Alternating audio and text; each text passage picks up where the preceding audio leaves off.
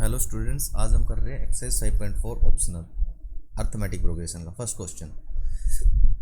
Which term of AP 121, 117, 113 is first negative term. तो हमने क्या नोट किया, ये डिक्रीजिंग एपी है, तो जैसे डिक्रीज होती जाएगी नेगेटिव टर्म भी आएगी। तो हमें बताना है कि कौन सी टर्म पहली नेगेटिव टर्म होगी। तो इसके अंदर सबसे पहले ए क्या दे रखा है, 1 2 1।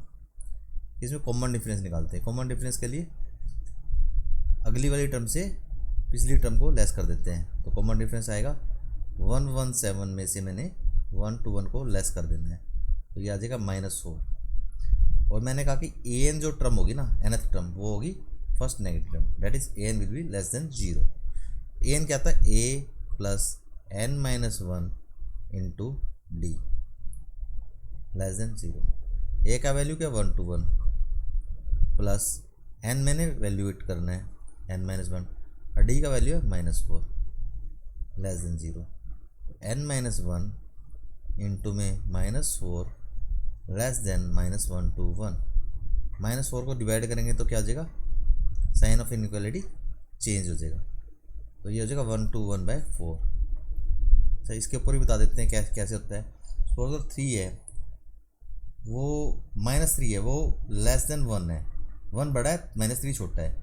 अगर मैं इसको -1 से मल्टीप्लाई कर दूं तो ये -3 इंटू -1 3 हो जाएगा, और 1 इंटू -1 -1 हो जाएगा।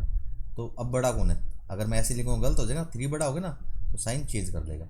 ऐसे अगर डिवाइड करें -1 से तो ये -1 माइनस प्लस हो जाएगा, तो 3 हो जाएगा। 1 से डिवाइड करेंगे तो -1 हो जाएगा। तो डिवाइड करने में और मल्टीप्लाई करने में sign of inequality changes its sign. इसको नोट बना के लिख लो, note inequality changes sign when multiply or divided by negative numbers। अगर हमें नेचर नहीं पता ना मल्टीप्लिकेंड का कि भी वो पॉजिटिव है नेगेटिव, तो हम उसको ना तो मल्टीप्लाई कर सकते ना डिवाइड कर सकते इनइक्वालिटी के अंदर। इक्वालिटी तो हम कर सकते थे। चलो समझ में आ गया अगर मेरे ख्याल से। तो 1 को उधर ले जाएंगे तो क्या है, n greater than 1 to 1/4 plus 1। तो एलसीएम लेंगे तो क्या हो जाएगा, n ग्रेटर देन 1 to 5/4। जो सोल्व करेंगे तो आ जाएगा 4 3 जा 4, 13.2। 13.2 का मतलब क्या, 31 के बाद जो टर्म आएगी वो 31 टर्म तो पॉजिटिव होगी, 32nd टर्म वो नेगेटिव होगी। 31.2 के ऊपर ये मतलब कि n का वैल्यू 31.2 से बड़ा होना चाहिए। n जो है इंटीग्रल होगा, तो आंसर क्या आएगा, 32nd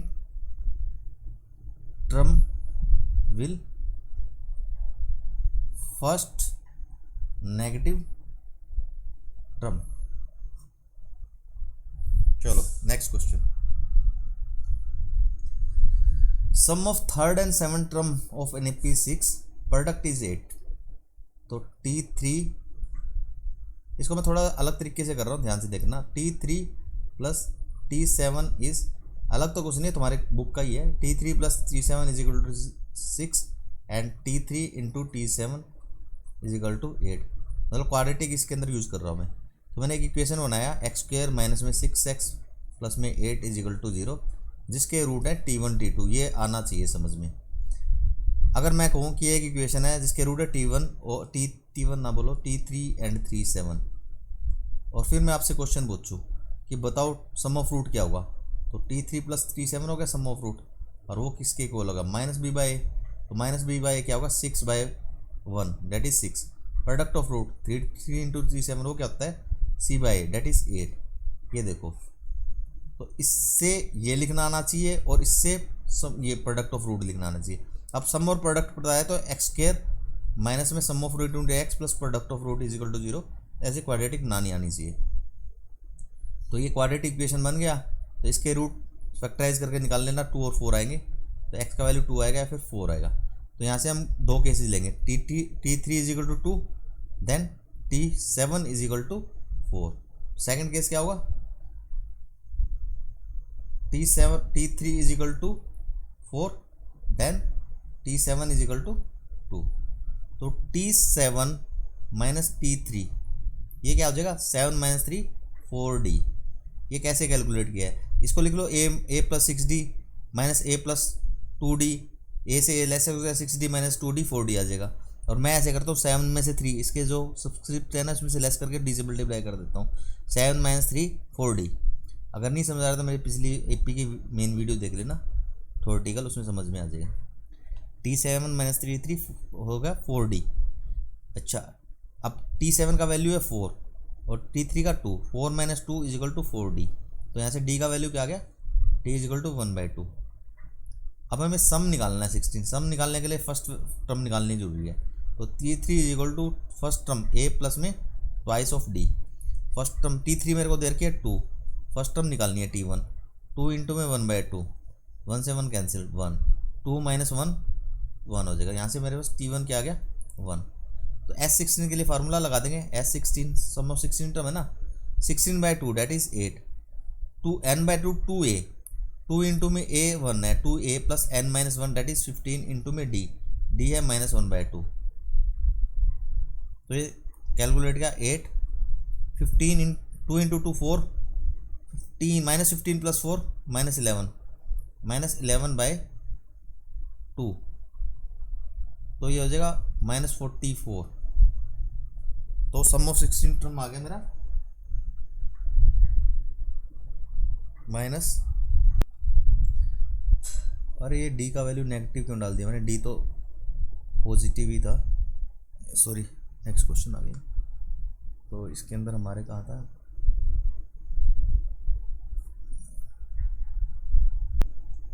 तो ये D नेगेटिव नहीं था, D पॉजिटिव था, तो ये प्लस आएगा, तो ये प्लस हो, ये होगा,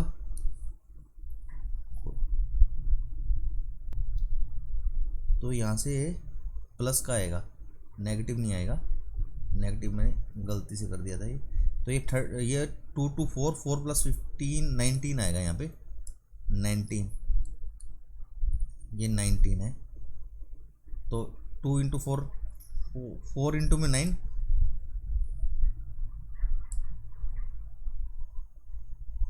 76 हो जाएगा ये। यहाँ से हमारा वैल्यू होएगा 2 इंटू में 4 8, 19 इंटू 4 76। तो ये वैल्यू आएगी 76, आंसर आएगा इसका।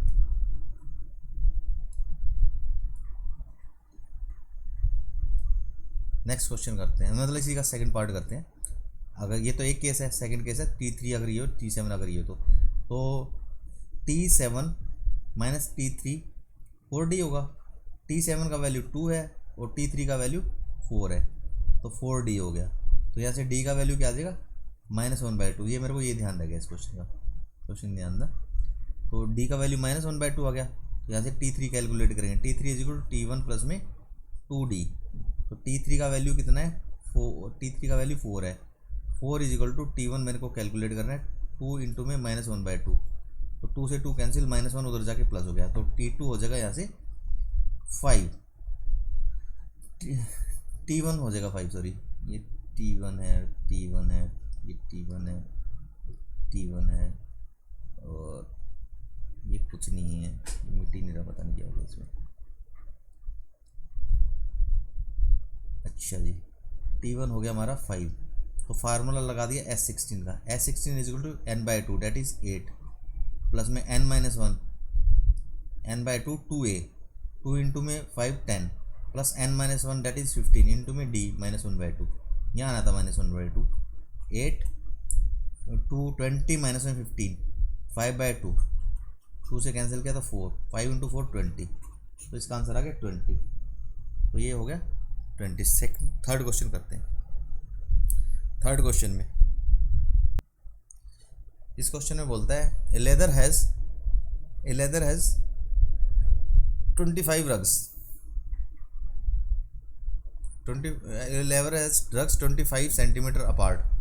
तो ये 25 सेंटीमीटर की गैप के ऊपर ये रग्स लगा रखे हैं। The rugs decrease uniformly in length 45 to 25 centimetre. तो ये जो चौड़ाई है 45 सेंटीमीटर स्टार्टिंग में थी, फिर कम होती होती लास्ट तक की जो चौड़ाई है वो 25 है, ये बोला। If the top of rug if top and bottom rugs are at 2.5 metre apart, तो ये 2.5 मीटर दे रखा है, टॉप वाला ये वाला है और बॉटम वाला ये है, तो इनके बीच में 2.5 मीटर का गैप दे रखा है।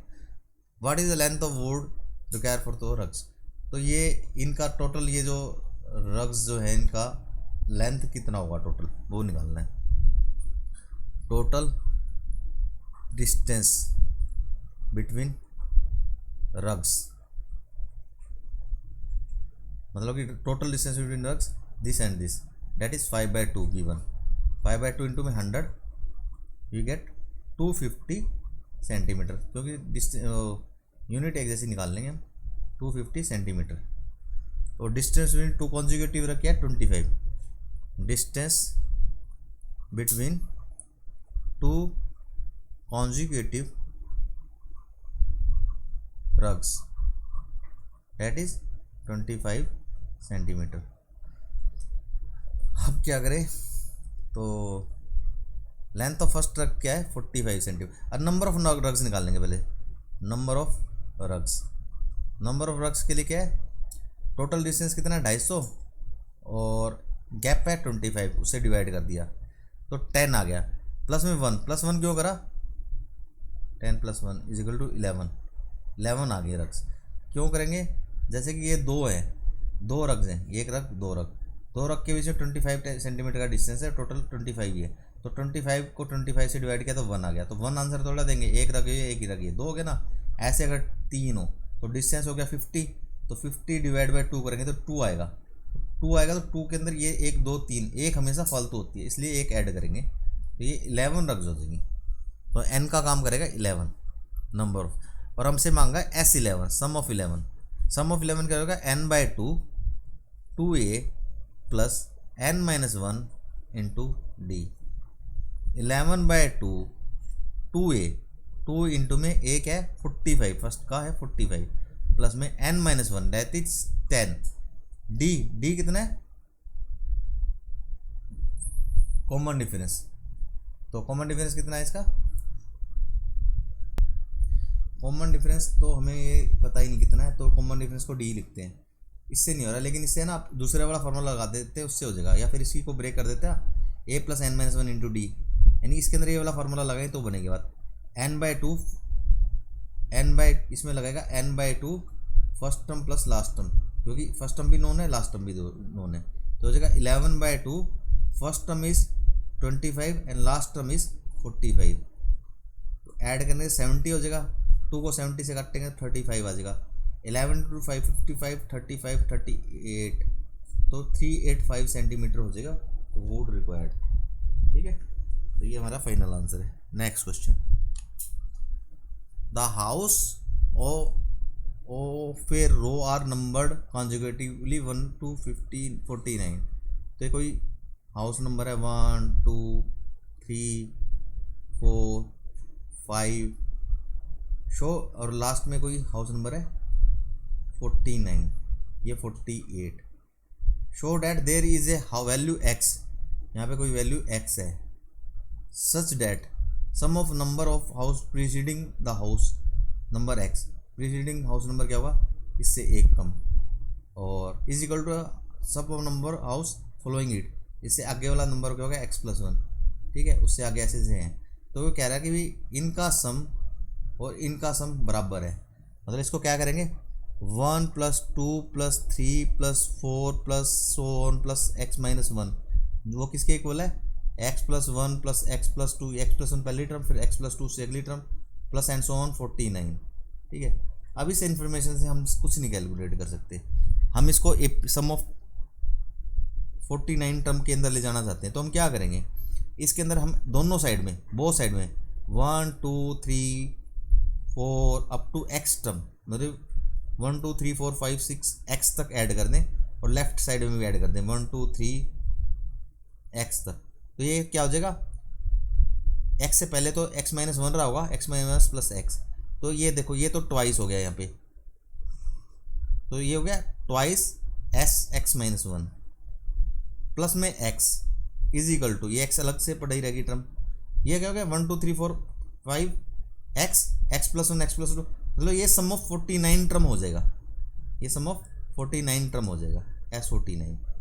इसको सोल्व करेंगे और आंसर आ जाएगा 2x माइनस 1/2, ये 2 ऐसा लिख रखा है, n/2 2a, 2 इंटू में a क्या है first term 2a plus n-1, इसको लिख रहा हूँ मैं sx को, 2a plus n-1 x minus 2 हो गया, n/2 2a plus n-1 into में d होता है 1 कॉमन डिफरेंस, ठीक है। ये sx माइनस 1 की वैल्यू डाल दी, प्लस में x is equal to s49, तो कि n/2 यानी 49/2 first term plus last term, okay. अब इस 2 से ये 2 कैंसिल हो गया क्योंकि ब्रैकेट में है अलग से, ये हो गया x माइनस में 1, ये 2 है इसको खोला ब्रैकेट का, प्लस में x माइनस में 2, 2 माइनस 2 0 हो गया, और ये प्लस में x इज इक्वल टू, ये कैंसिल करेंगे तो 25 हो जाएगा, तो 25 को 49 से मल्टीप्लाई करेंगे तो चलो एक बार के लिए ऐसे ही लिख दिया 49 इंटू 25, बाद में कर लेंगे। तो ये x को x से मल्टीप्लाई करें तो x स्क्वेयर हो गया, x square minus x plus x square minus x plus x, तो x स्क्वेयर ही रह गया, x square is equal to 49 into में 25, तो यहाँ से x का वैल्यू क्या आ जाएगा 7, प्लस माइनस में आएगा, नेगेटिव लेना ही नहीं है, 7 मल्टीप्लाइड बाई 5, 49 का अंडर 7 ले लिया, 25 का 5 ले लिया, 7 इंटू 5 35, आंसर आ गया 35, क्योंकि नेगेटिव दो नंबर को होते हैं ना, तो फाइनल आंसर क्या है 35। ये हमारा क्वेश्चन नंबर 4 था, नोट कर लो। Next question, 5th question, and this is the last question of this exercise and this chapter also. तो इसके अंदर क्या दे रखा है, a small terrace of football ground comprises of 15 step, तो ये 15 स्टेप ऐसे, each of which 50 metre long, तो ऐसे करें जो लंबाई है, ये जो लंबाई है, ये जो लंबाई है ये 50 मीटर की है, and built of solid concrete, each step has risen of 1.4 metre, तो ऐसे करके जो सीढ़ी होती है ना, ऐसे करके राइजन इसको बोलते हैं, ये वाला जो होता है, तो ये 1/4 मीटर का राइजन है, and read to 1.5 metre, read नहीं है, ट्रेड है, ट्रेड TRED, ट्रेड होता है ये जो ऐसे करके, ये जो है ना, ये ट्रेड है, ये जो जिस पे पैर रखा जाता है वो ट्रेड होता है, ये 1/2 मीटर का है, ऐसे 1.4 है और ऐसे हाफ है, ठीक है। Calculate total volume concrete required to build the terrace, तो हमें कैलकुलेट करना है टोटल नंबर ऑफ वॉल्यूम, कितना वॉल्यूम इसका चाहिएगा बनाने के लिए। तो उसके लिए हम करते हैं फॉर फर्स्ट स्टेप, जो पहला सीढ़ी, जो पहला जो पैडी जो सीढ़ी है, पैडी है, उसको बनाने में क्या मटेरियल लगेगा, फॉर फर्स्ट स्टेप,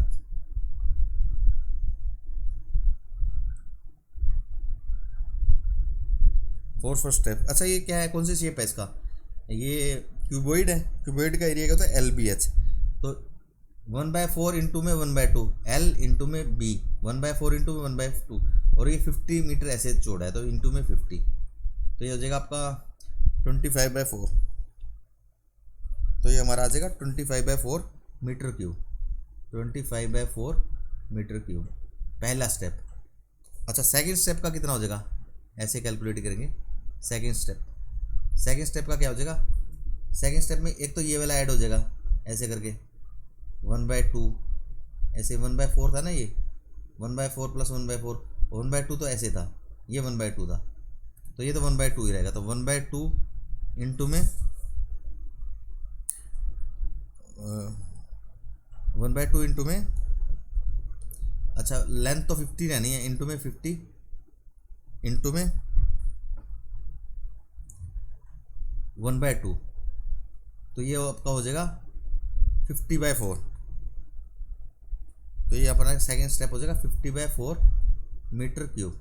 अब इसके अंदर देखो स्टेप के अंदर ना, ये जो आपका स्टेप है इसके अंदर इतना, अब तीसरा स्टेप के अंदर, इसके अंदर ये देखो आपका है ना, सिर्फ ये चीज़ बढ़ रही है, लेंथ, हाइट जो है, लेंथ बोलो हाइट बोलो, ये सबका सेम है, और ये ऐसी लेंथ सेम है, मतलब ऐसा और ऐसा सबका सेम है, सिर्फ ये वाली हाइट चेंज होती रही है, वो इंक्रीज हो रही है 1/4 से 1/4 ऐड होती जा रही है, ऐसे थर्ड स्टेप को और निकाल देते फिर सोल्यूशन दे देंगे।